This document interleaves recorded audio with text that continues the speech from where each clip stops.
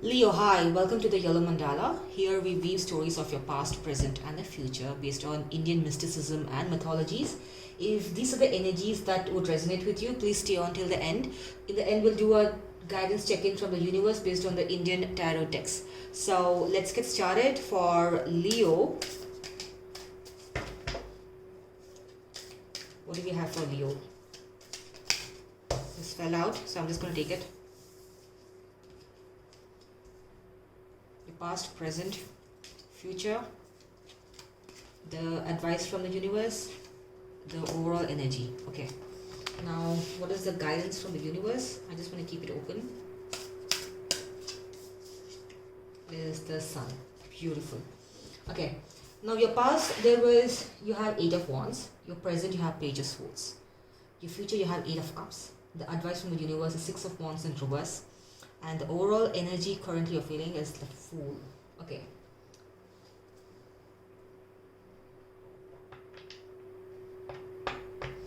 There's a lot of fast moving communication from your significant other.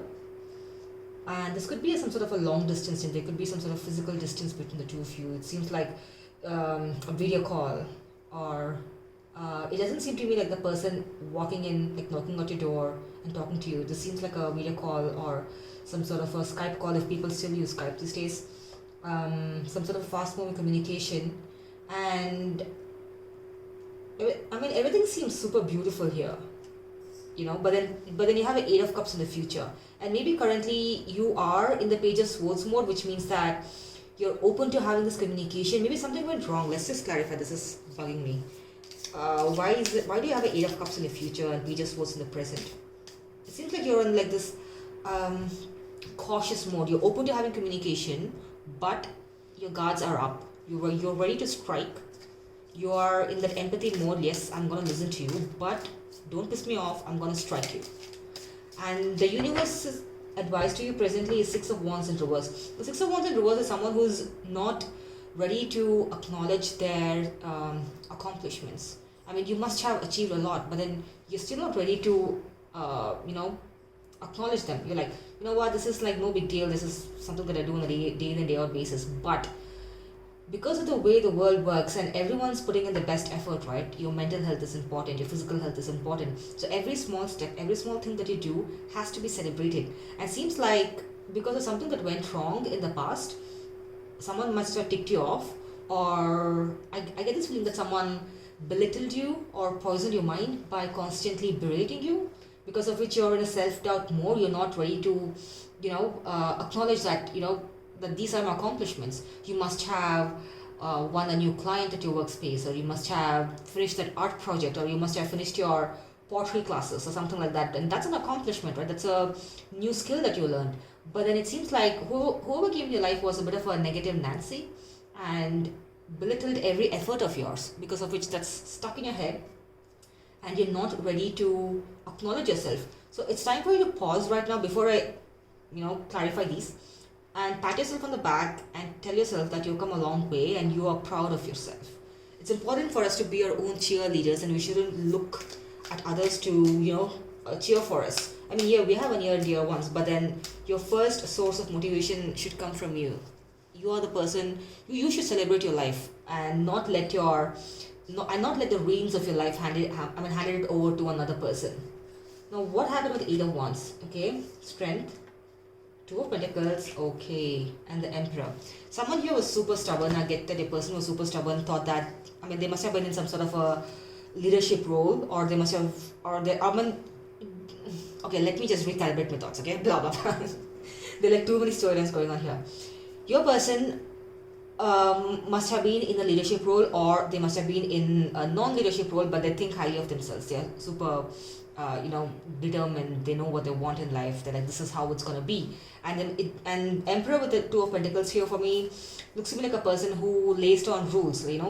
If the two of us were to date, you're supposed to follow my rules. You know, I'm going to be juggling my personal life and you. So you need to be, you know, you need to consider yourself lucky that I'm even giving you some sort of attention. And because, you know, my life is more important than yours. This is the kind of feeling that I get. And you thought that this person was your strength and this person would encourage you rather than discourage you. And the Emperor with Two of Pentacles, this gives me a sense that this person was, you know, quite fast with the communication.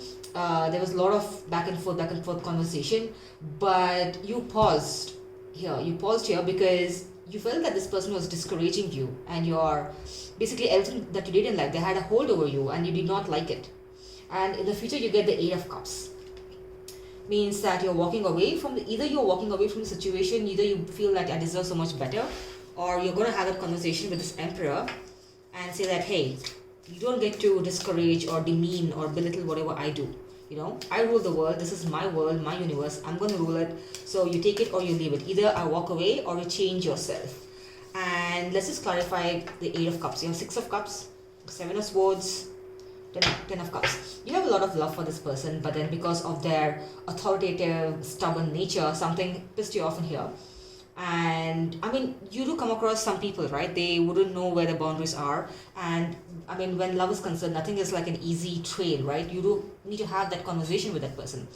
Six of Cups, Seven of Swords, and Ten of Cups tells me that both of you did have a bit of past, a history, or maybe you met them recently, you had great conversations until they started, you know, bossing over you. So you do think about all the good times, you only want to focus on the good times, and you just want to like leave out all the bad things, all the bad arguments that transpired, because this person is a Ten of Cups. So I feel that you walking away, this Eight of Cups would be walking away from this bad situation. Maybe you're going to give them that feedback that I don't like the way you treat me, maybe you need to respect me more, or maybe you need to be a bit more encouraging or more positive in nature, or maybe you want to walk away. It's at the back of your mind. Maybe that's your last resort. But this person's a Ten of Cups. You have a lot of love for this person, and you're willing to, you know, put your ego down, which is a big thing for Leo, right? Putting your ego down. You're willing to do that because this person is a Ten of Cups. This person is here forever, and the overall energy from the universe is the Fool. The Fool is someone who is, you know, it's someone who's innocent, someone who's ready to take that first step, who's always looking at the positive side of things. And I think that you're going to use that avatar of yours. You're probably going to give them the benefit of the doubt, have that conversation and sort things out, and maybe move towards your Ten of Cups part of your life. And this makes sense because your overall advice from the universe is the Sun from the Indian tarot deck, the Sun and the Surya, the most illuminating, that talks about success, optimism. You're basically going to have like a positive, bright outlook of your life. And it can also mean material happiness. Now, what is material happiness, right? Building a family together, buying that house, getting a dog, having kids. That's happiness, correct? Emotional and material happiness. And it's a start of something very successful in your life. And I believe that once you have this conversation with this stubborn person, because you have a lot of love with this person, either you have that conversation, and if they change, you're on your way to your Ten of Cups. If they don't, you're on your way to your Eight of Cups. Now, Leos are lions. I mean, nobody gets to boss around a Leo, right? So you need to stop doubting yourself in the Six of Wands mode. You need to become a Six of Wands upright from your reversed, because you're a Leo. Remind yourself that you are Simba. You're not Scar. All right. Now that's all I have for you. I get the theme that it's all about having deep conversations to sort out issues, or, you know, making a final call. But but then I see that you're going to show your empathetic side to this person, because you have nothing but love and you're only thinking about the good stuff that happened in your life. So let me see how it goes. If your person's willing to listen to you and make a change in their life, respect you, or if they're just going to be like, no, this is my role, my kingdom, you're going to behave the way I ask you to behave, and you know what you have to do. So I'll see you in the next read. Till then, take care.